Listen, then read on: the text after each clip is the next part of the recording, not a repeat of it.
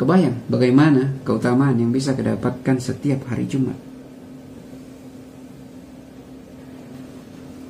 Jika orang ada yang bermimpi punya umur hidup, ingin hidup 1000 tahun, tapi dalam setiap pekan kita bisa dapatkan keutamaan selama 1000 tahun lebih.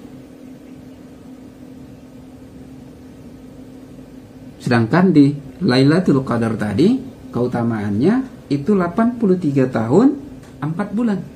Beda? Karena di hari Jumat kita bisa dapatkan 1000 tahun pahala puasa dan 1000 tahun sholat malam. Dan itu belum termasuk langkah kita pulang. Bismillahirrahmanirrahim. Assalamualaikum warahmatullahi wabarakatuh. Alhamdulillahirabbil alamin wa binasta'in ala umuri dunya waddin. Sallallahu ala nabiyina Muhammadin wa ala alihi washabihi ajma'in. Amma ba'd. Saudara-saudariku kaum muslimin muslimat dimanapun berada, yang insyaallah pada kesempatan ini selalu dalam keadaan sehat walafiat, tetap dalam lindungan Allah Subhanahu wa taala dan dalam rahmatnya. Pada kesempatan ini kembali kita berjumpa bersama Bang Abdoli, membahas tentang keutamaan malam Lailatul Qadar dan keutamaan di hari Jumat.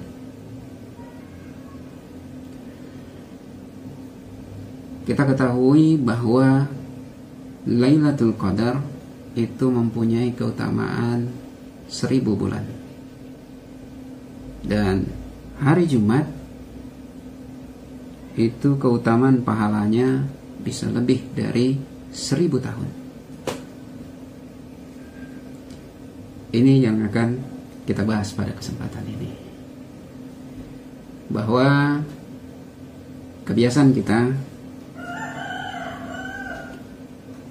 menjelang akhir Ramadan, tentu banyak di antara kita yang mengejar untuk mendapatkan Lailatul Qadar atau malam Qadar, malam keutamaan, malam yang mulia.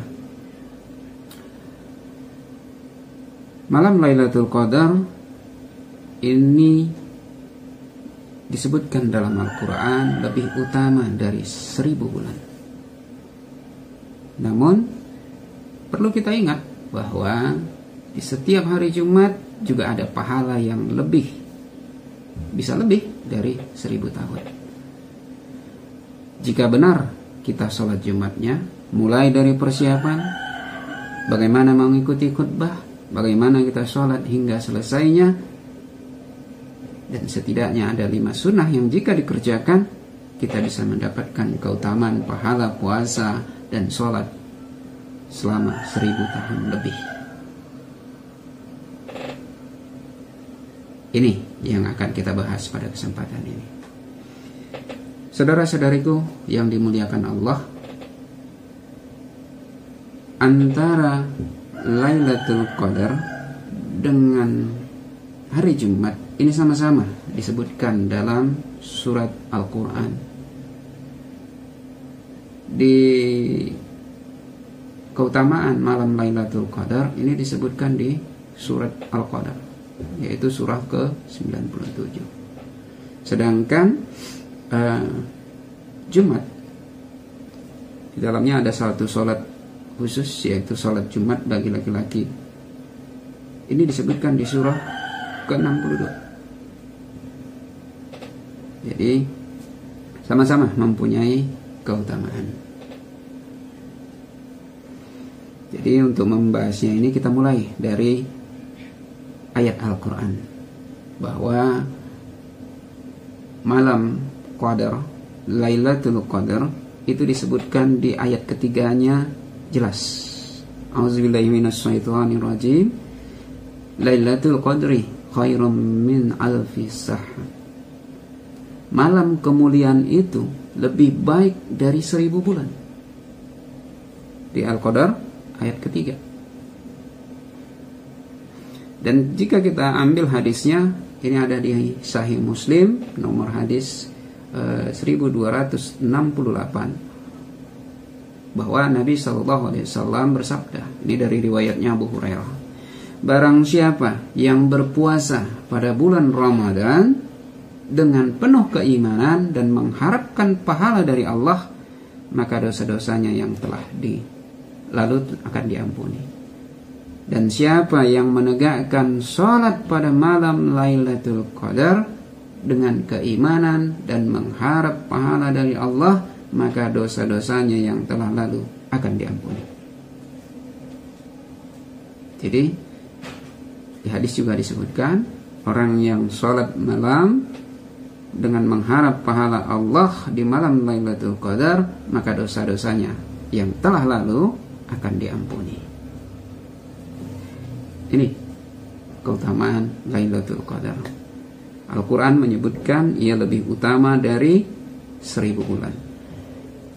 1000 bulan ini kalau kita konversikan ke tahun, itu bersekitar 83 tahun 4 bulan. 83 tahun 4 bulan. Kebayang bagaimana keutamaannya? Padahal umur kita aja sendiri itu rata-rata zaman sekarang ini umurnya paling banter lah 60 sampai 70 tahun. Itu pun yang bisa kita gunakan untuk ibadah seperberapanya. Karena yang pasti untuk tidur aja itu kita udah menghabiskan 8 jam. Itu pun kalau nggak lebih ya, 8 jam sehari. Berarti sepertiga umur kita, artinya 8 kali 20 per 24, berarti sepertiga dari umur kita itu dipakai untuk tidur. Artinya kalau kita sekarang atau umur kita nanti 60 tahun, artinya 20 tahun itu kita pakai untuk tidur. Jadi kebayang bagaimana keutamaan Lailatul Qadar. Lebih dari 2 kali lipat umur kita nanti, insyaallah, itu keutamaan yang kita dapatkan, keutamaan yang jauh tidak kita dapatkan, karena belum tentu umur kita itu bisa kita isi dengan ibadah semua. Dan untuk Lailatul Qadar ini terjadi setahun sekali, tepatnya itu di bulan Ramadan, di akhir Ramadan, di malam-malam ganjil. Kapan tepatnya? Dalam beberapa riwayat berbeda pendapat. Dalam satu riwayat ada yang menyebutkan bahwa itu terjadi di 10 malam terakhir. Dalam riwayat yang lain ada yang menyebutkan 7 malam terakhir. Namun Nabi SAW mengingatkan dalam Sahih Muslim nomor hadis 1272, siapa yang melaksanakan sholat malam sepanjang tahun, niscaya ia akan menemui malam Lailatul Qadar. Jadi orang yang sholat malam sepanjang tahun, ya dia akan ketemu daripada malam Lailatul Qadar itu. Makanya Nabi SAW itu, kata sahabat, Nabi SAW memerintahkan kami untuk menegakkan sholat di dalamnya. Dimana tanda-tandanya itu malamnya itu cerah, dan paginya matahari terbit berwarna putih tanpa sinar yang menyorot.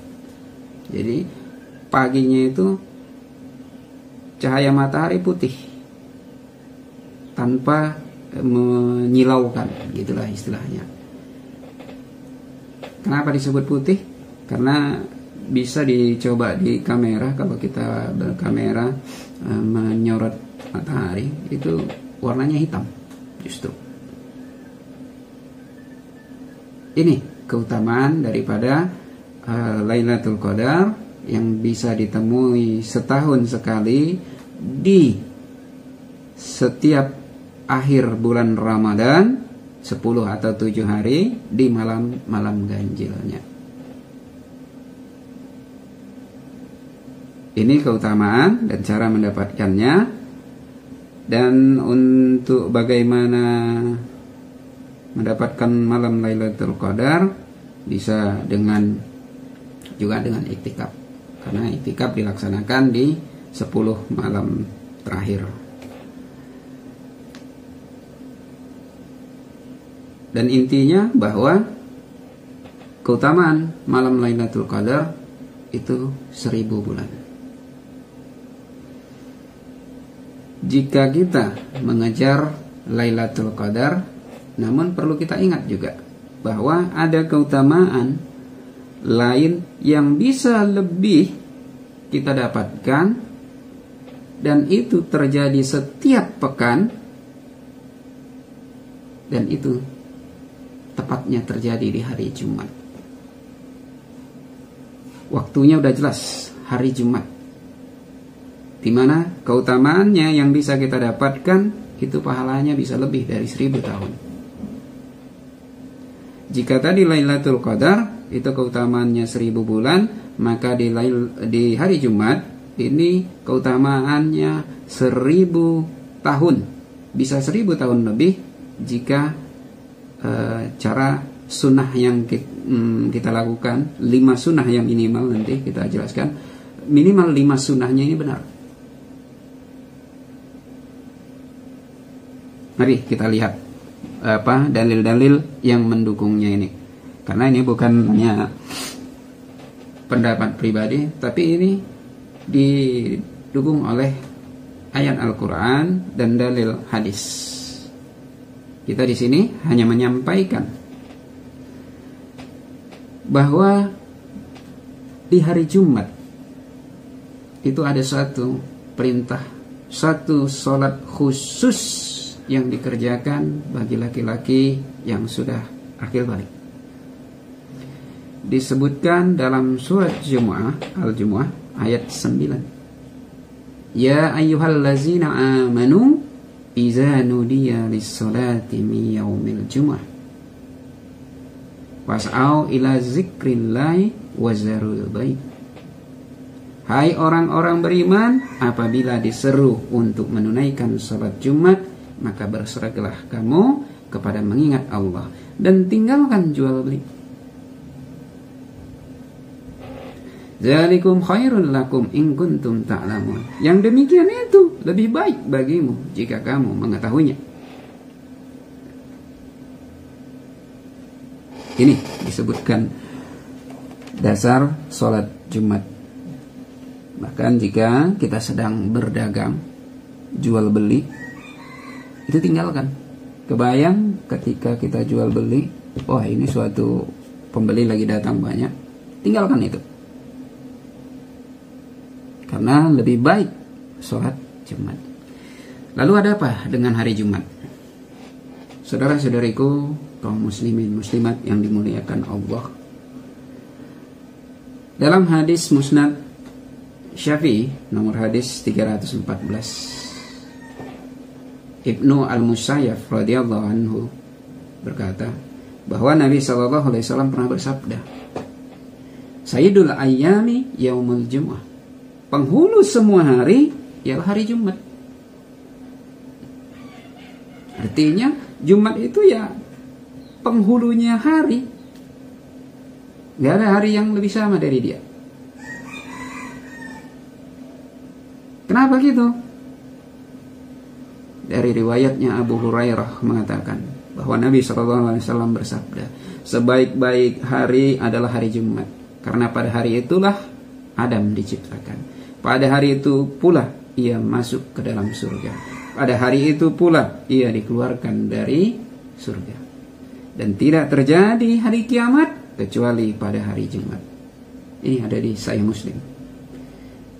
Dan ada juga dalam hadis lain yang menyebutkan bahwa di dalam hari Jumat ini ada satu waktu yang jika seorang hamba mukmin tepat pada waktunya dia berdoa kepada Allah dengan kebaikan, melainkan Allah akan mengabulkannya. Jadi setiap hari Jumat ada satu waktu yang Allah akan kabulkan doa orang yang bermohon untuk kebaikan. Ini hari Jumat, tiap hari Jumat. Tepatnya kalau dalam hadis yang lain, pernah ini dah ada kita bahas di buku Jejak Perjalanan Akhirat. Silakan jika ada yang mau download gratis di website Hikmah 313. Dan bahwa di hari Jumat ini pula, ini ada disebutkan di Sunan Ibnu Majah, bahwa pada hari itu malaikat, langit, bumi, angin, gunung, dan laut semua takut dengan keagungan hari Jumat. Ini ada di Sunan Ibnu Majah disebutkan. Dan di sisi Allah, hari Jumat itu lebih utama daripada Idul Adha dan Idul Fitri. Hadisnya ini hasan, dari riwayat di Sunan Ibnu Majah, nomor hadis 1074. Jadi jika di sisi Allah hari Jumat itu lebih utama dari Idul Fitri, maka pasti lebih utama.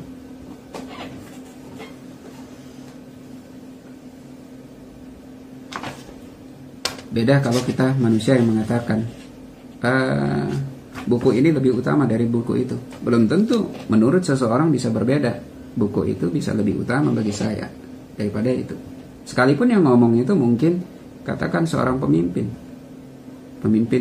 kita, katakanlah presiden mengatakan buku itu lebih utama daripada buku ini. Tapi bagi seseorang bisa jadi buku yang ditunjuknya lemah justru bisa lebih baik. Tapi jika Allah sudah berkata, menyebutkan hari Jumat itu lebih utama daripada Idul Fitri, maka pasti hari Jumat lebih utama. Itu tadi, sebagian tadi sudah kita sebutkan. Bahkan langit, bumi, angin, gunung, laut, semua takut dengan keagungan hari Jumat. Dan Allah mengatakan itu lebih utama. Itu bisa kita lihat dari bagaimana agungnya hari Jumat ketika nanti di surga. Saudara-saudariku kaum muslimin, muslimat yang dimuliakan Allah,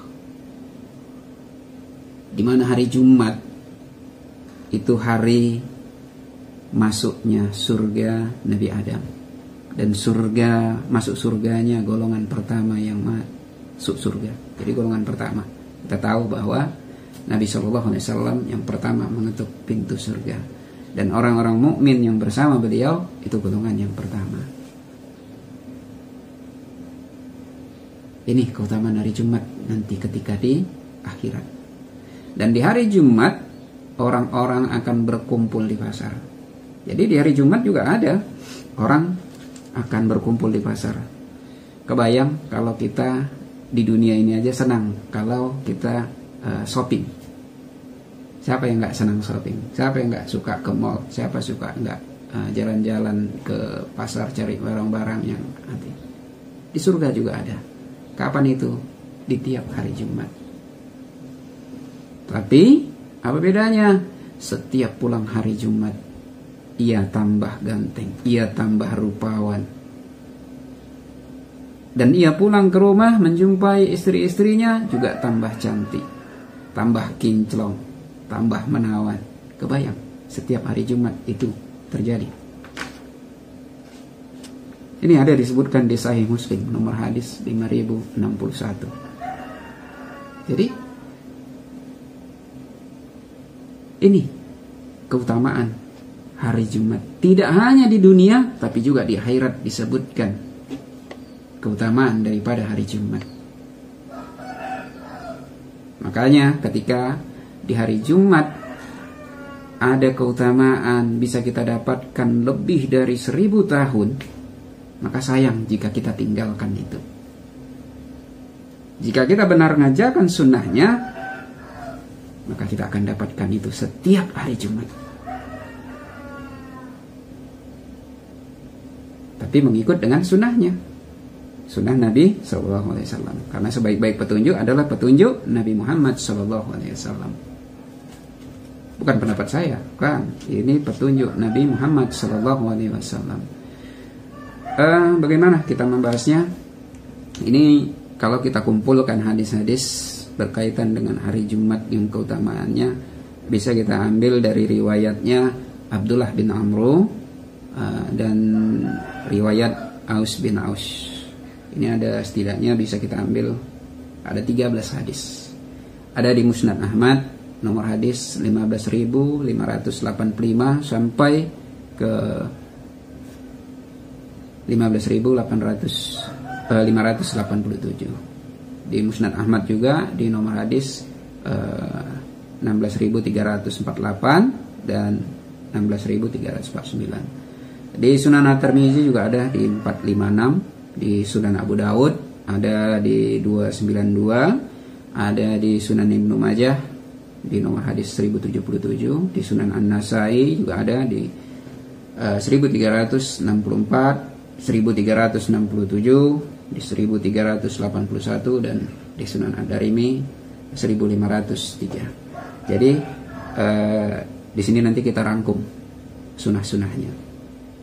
Setidaknya ada 5 sunnah yang kita kerjakan di hari Jumat, maka kita akan mendapatkan keutamaan bisa lebih dari 1000 tahun. Salah satu hadisnya bisa kita bacakan, yaitu dari riwayatnya Aus bin Aus dalam Sunan Abu Daud nomor hadis 292. Hadisnya sahih. Barang siapa membasuh kepalanya pada hari Jumat dan mandi menyiram sekujur tubuhnya, lalu dia pergi untuk sholat Jumat pada awal waktu dan sampai mendapatkan awal khutbah dengan berjalan kaki dan tidak berkendaraan, lalu duduk mendekat kepada imam untuk mendengarkan khutbah dan tidak berbicara, maka setiap langkahnya dicatat pahala puasa dan ibadah semalam 1 tahun. Ini salah satu hadisnya. Secara lengkap hadisnya ini yang kita sebutkan tadi, 13 dari riwayatnya Aus bin Aus radhiyallahu anhu dan 1 riwayat dari Amr bin Ash radhiyallahu anhu, ini saling melengkapi. Artinya ada keutamaan. Hadis tadi menyebutkan bahwa setiap langkah kita akan dicatat pahala puasa dan ibadah malam 1 tahun. Kebayang kita sholat Jumat dari tempat kita pergi, dari rumah ke masjid, katakan ada 500 meter. Maka kalau kita konversi, kalau kita ganti ke langkah, itu berarti ada sekitar 1000 langkah. Karena langkah kita ini sekitar setengah meter 1 langkah. Jadi kalau jarak tempat kita ke masjid itu 500 meter, berarti ada 1000 langkah kita. Maka jika kita benar mengikuti amalan sunnah-sunnah yang disebutkan hadis tadi, maka kita akan mendapatkan puasa 1000 tahun, sholat malam 1000 tahun. Dan puasa dalam setahun itu termasuk keutamaan puasa Ramadan. Kebayang bagaimana keutamaan yang bisa kita dapatkan setiap hari Jumat. Jika orang ada yang bermimpi punya umur hidup, ingin hidup 1000 tahun, tapi dalam setiap pekan kita bisa dapatkan keutamaan selama 1000 tahun lebih. Sedangkan di Lailatul Qadar tadi keutamaannya itu 83 tahun 4 bulan. Beda? Karena di hari Jumat kita bisa dapatkan 1000 tahun pahala puasa dan 1000 tahun sholat malam. Dan itu belum termasuk langkah kita pulang. Jadi setelah pulang sholat, ditambah lagi 1000 lagi. Berarti 2000 tahun puasa dan 2000 pahala sholat malam. Bagaimana? Ada keutamaan yang bisa kita dapatkan setiap pekannya di hari Jumat. Namun cara bacanya jangan pula dibalik. Bukan berarti kita bisa menyepelekan keutamaan Lailatul Qadar. Bukan begitu ilmunya. Tetap dikejar. Karena ada keutamaannya, banyak keutamaannya. Jangan mentang-mentang keutamaan di hari Jumat besar lalu tinggalkan untuk mengejar keutamaan di Lailatul Qadar. Jadi sama seperti ada hadis yang menyebutkan bahwa barang siapa yang sholat subuh berjamaah, kemudian dia duduk zikir sampai matahari terbit, lalu dilanjutkan dengan sholat 2 rakaat, yaitu sholat syuruk ya, sholat syuruk, maka dia akan mendapatkan pahala seperti pahala haji dan umroh. Berarti bacanya kan nggak boleh, nggak perlu haji dan umroh lagi, cukup sholat di pagi hari aja udah dapat pahala haji dan umroh. Nggak gitu bacaannya. Tetap haji dan umroh itu syariat dalam Islam, syariat yang utama. Jika mampu maka kerjakan. Demikian juga untuk hal ini. Keutamaan hari Jumat tidak pula menggugurkan daripada keutamaan Lailatul Qadar. Jadi apa itu 5 sunnah yang dikerjakan ketika di hari Jumat? Di sini akan kita rangkumkan 5 perbuatan, 5 sunnah yang kita kerjakan agar setiap langkah kita akan dihitung pahala puasa, dihitung juga setiap langkah kita akan dihitung sebagai pahala ibadah sholat malam setahun.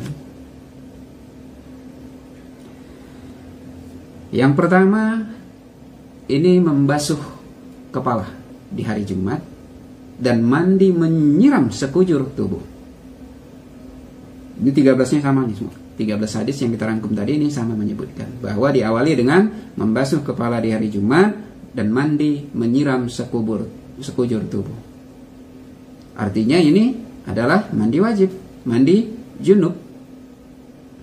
Dan ini sejalan dengan hadis yang menyebutkan bahwa hukum mandi mandi wajib, mandi junub di hari Jumat bagi setiap laki-laki yang udah pernah bermimpi, setiap laki-laki dewasa, setiap laki-laki yang udah akil balik. Ini hukumnya setidaknya 2, wajib dan keutamaan. Sebagian besar sahabat menyatakan bahwa mandi junub ketika hari Jumat itu wajib. Dan yang menyebutkan mandi junub di hari Jumat adalah keutamaan, ini adalah riwayat Ibnu Abbas. Namun sama aja, keutamaan dan kewajib itu hampir mendekati. Jadi kalau keutamaan itu, sungguh-sungguh sayang kalau ditinggalkan. Ini tadi salah satunya. Setiap langkah kita akan dihitung pahala puasa setahun, pahala sholat malam setahun. Setiap langkah. Ini yang pertama. Lalu yang kedua, lalu dia pergi sholat Jumat pada awal waktu dan sampai mendapatkan awal khutbah. Jadi jelas ini hadisnya setelah itu pergi sholat Jumat di awal waktu dan sampai mendapatkan awal khutbah. Jadi ketika awal khutbah kita udah di masjid. Karena ini berkaitan dengan hadis-hadis lain juga. Banyak keutamaan orang yang lebih dulu datang ke masjid ketika hari Jumat. Sampai orang disebutkan orang yang pada kelompok pertama datang ke masjid pada hari Jumat, mereka seolah-olah seperti mendapatkan pahala berkurban seekor unta. Makin lama itu hanya berkurban seperti sebutir telur. Dan bahkan jika khatib udah naik mimbar, maka malaikat pun udah nggak mencatat lagi amalan mereka.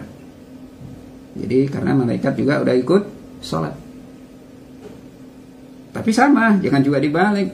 Ya udah nggak usah sholat lah, udah ketinggalan, khatibnya udah naik. Ya nggak juga, karena dosa jika ditinggalkan. Karena ini adalah kewajiban kita sebagai muslim. Baru yang ketiga. Yang ketiga ini syaratnya tadi berjalan kaki dan tidak berkendaraan. Disebutkan langsung dengan berjalan kaki dan tidak berkendaraan. Artinya kalau berkendaraan nggak dihitung langkah, karena yang dihitung tadi langkah. Jadi misal kalau kita kerja di Kemendagri, ya jalan aja ke Masjid Istiqlal kalau mau sholatnya di Istiqlal, atau di Istana, atau di MK sekalian. Jalan kaki ke Istiqlal, lumayan itu, bisa dapat berapa langkah kan itu. Paling mungkin ya keringat lah ya. Ya mungkin kalau zaman sekarang ya udah nggak mungkin juga. Ya silakan juga berkendaraan, cuman parkirnya bisa agak jauh gitu kan. Jadi dapat langkahnya agak banyak. Gitu juga nanti selesai sholatnya bisa juga dapat langkahnya yang agak banyak. Tapi ingat tadi, jangan karena mau ngejar jumlah langkah malah datang sholatnya terlambat, nggak dapat lagi imam ketika khutbah. Khotibnya udah naik mimbar, ya justru ketinggalan. Nah, jadi jaga juga, jangan gara-gara jalan kaki justru ketinggalan khutbahnya. Lalu yang keempat ya, yang keempat, lalu duduk mendekat kepada imam untuk mendengarkan khutbah. Yang keempat ini jelas bahwa tempat duduk mendekat dengan imam, artinya itu kita itu duduk ya paling dekat itu mulai paling dekat dan di saf terdepan. Beda dekatnya dalam sholat dengan dekatnya kita berjarak. Bisa aja jarak kita dekat, tapi saf kita udah beda.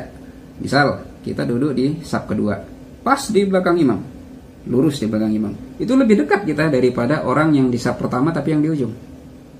Beda. Tetap yang lebih dekat itu orang yang di saf pertama daripada orang yang di saf kedua di belakang imam. Tetap yang saf pertama lebih dekat.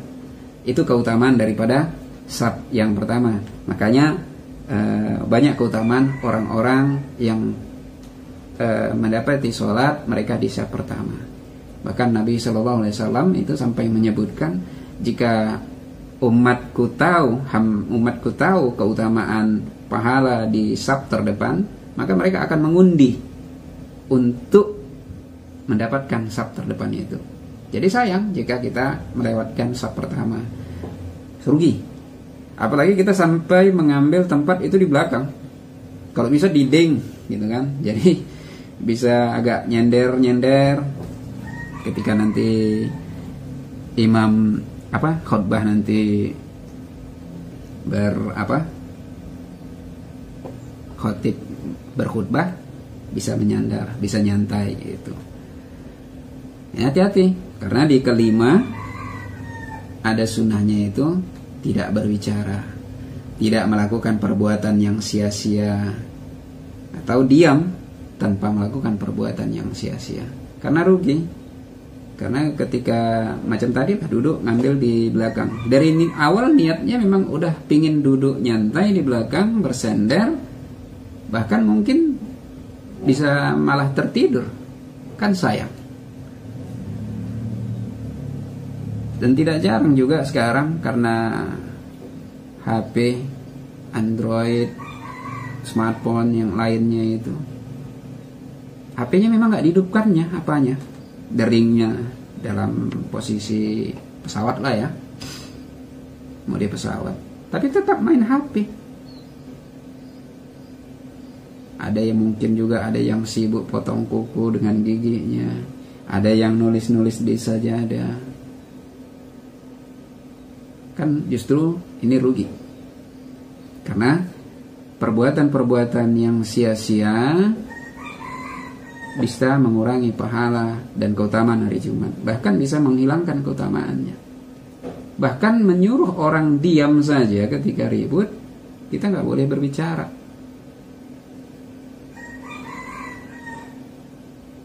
Ini keutamaan di hari Jumat. Lalu secara khusus, ini ada yang keenam, tapi ini khusus, ini tambahan, karena hanya disebutkan dalam 3 hadis saja. Hanya ada di Sunan An-Nasai di nomor hadis 1364, 1381, dan di Sunan Ad-Darimi nomor hadis 1503. Kenapa secara khusus? Karena ini tambahan yang tidak ada di hadis yang umumnya, bahwa perbuatan di hari Jumat mandi junub itu diawali dengan menggauli istri. Baru di Sunan Ad-Darimi juga ditutup bahwa tidak melakukan perbuatan sia-sia hingga imam pergi. Jadi ini tambahan. Jadi yang umum tadi 5 yang tadi. Apa aja tadi? Mandi junub. Yang kedua, pergi ke masjid di awal waktu dan sampai di sebelum awal khutbah. Jadi sebelum khotib naik, kita udah naik. Udah masuk di dalam masjid. Kedua, berjalan kaki atau tidak berkendaraan. Dan yang keempat, mendekat kepada imam. Yang kelima, tidak berbicara dan melakukan perbuatan sia-sia. Lalu yang keenam ini tadi, itu tambahan. Karena ada perbuatan yang hanya bisa dilakukan untuk orang-orang tertentu, seperti orang yang sudah berkeluarga dan orang yang tidak mungkin memiliki kegiatan setelah Jumat, karena tidak melakukan perbuatan sia-sia hingga imam pergi. Artinya selesai dulu imam pergi, baru kita pergi. Ya kalau imamnya cepat, kalau imamnya banyak kegiatan lagi di masjid, nggak pulang-pulang dia, ya terpaksa ditunggu. Berarti ada kegiatan lain. Ini secara khusus tambahan. Lalu muncul pertanyaan, enak kali lah bang, jika laki-laki banyak keutamaan ini bisa dapat ribuan tahun. Mana pula rumah kami jaraknya sekilo, pergi 2000 langkah, pulang 2000 langkah, 4000 tahun lah dia dapat pahala. Gimana kami yang perempuan ini? Enak kali lah kalau orang itu bisa dapat, kami perempuan. Jika ini pertanyaannya, justru sebenarnya terbalik. Justru perempuan yang enak. Kok bisa? Ya bisa. Bahwa seorang laki-laki itu sama tadi tambahan khusus. Mandi junubnya itu karena siapa? Karena istri.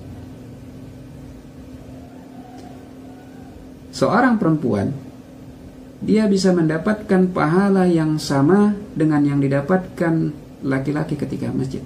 Karena dia menjadi sebab kenapa seorang laki-laki itu mandi junub. Dan dia suruh juga mungkin suaminya mandi.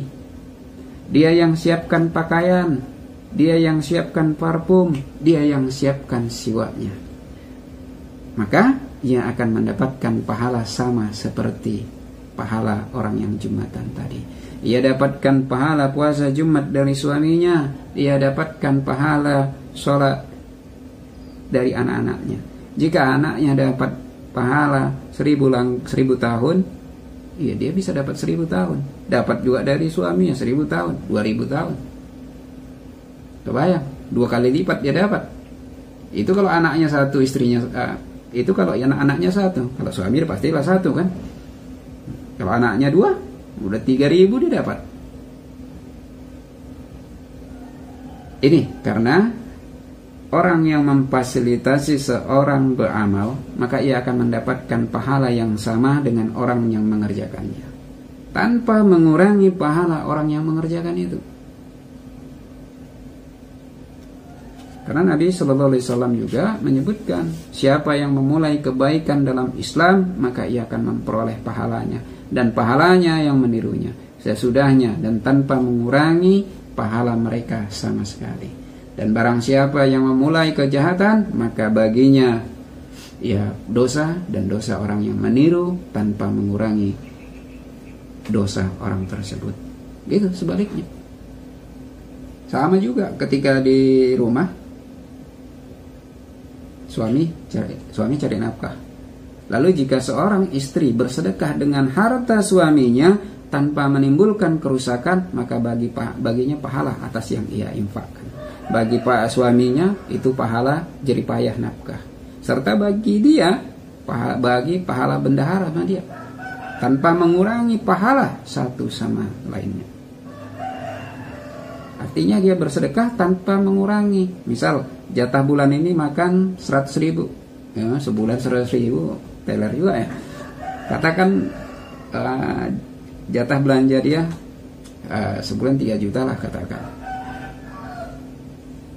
Lalu terpenuhi kebutuhan belanja selama sebulan dengan uang 3 juta itu, tapi dia juga bisa bersedekah, itu artinya tidak merusak. Maka dia dapatkan pahala infaknya, dia dapatkan pahala mengelola uang rumah tangganya, suaminya juga dapat pahala itu. Tuh enaknya orang yang udah berkeluarga.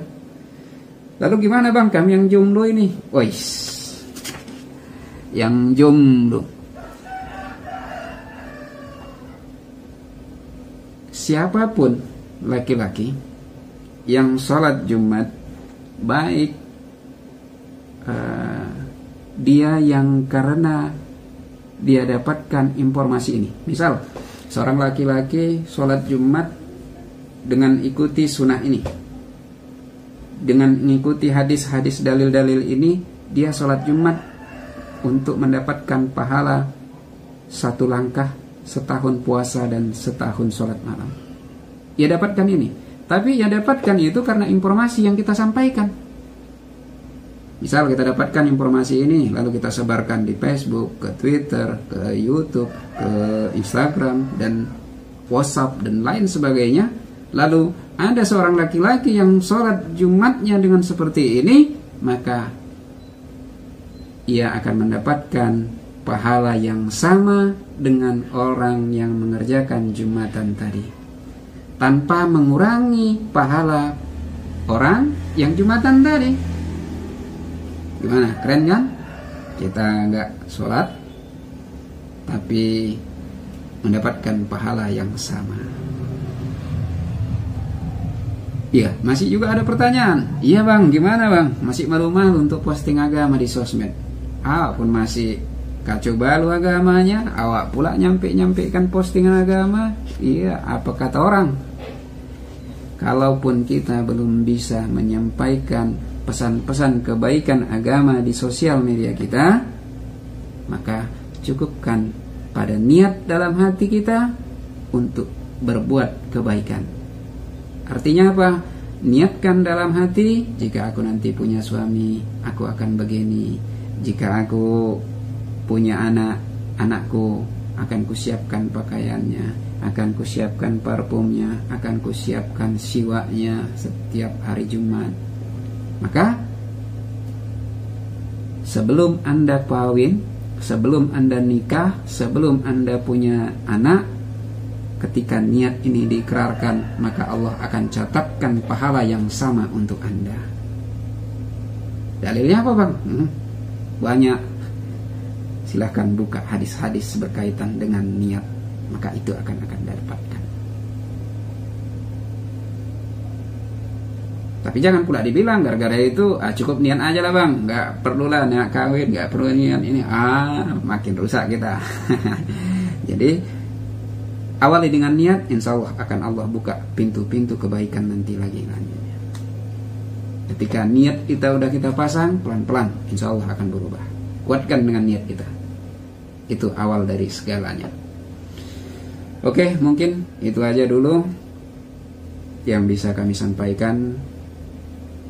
Mudah-mudahan bermanfaat. Selamat untuk meraih pahala keutamaan hari Jumat, dan jangan lupa mengejar keutamaan malam Qadar, Lailatul Qadar, dengan sholat malamnya, dengan amalan-amalan lainnya. Silakan. Semoga hal ini bermanfaat bagi kita, dan khususnya bagi saya pribadi. Dan mohon maaf mungkin jika ada salah kata, dan kepada Allah saya mohon ampun, karena kebenaran itu mutlak dari Allah. Kita adalah makhluk dhaif yang tidak ada yang kebenaran yang kita sampaikan melainkan kebenaran yang dititipkan kepada kita. Billahi taufiq wal hidayah. Assalamualaikum warahmatullahi wabarakatuh.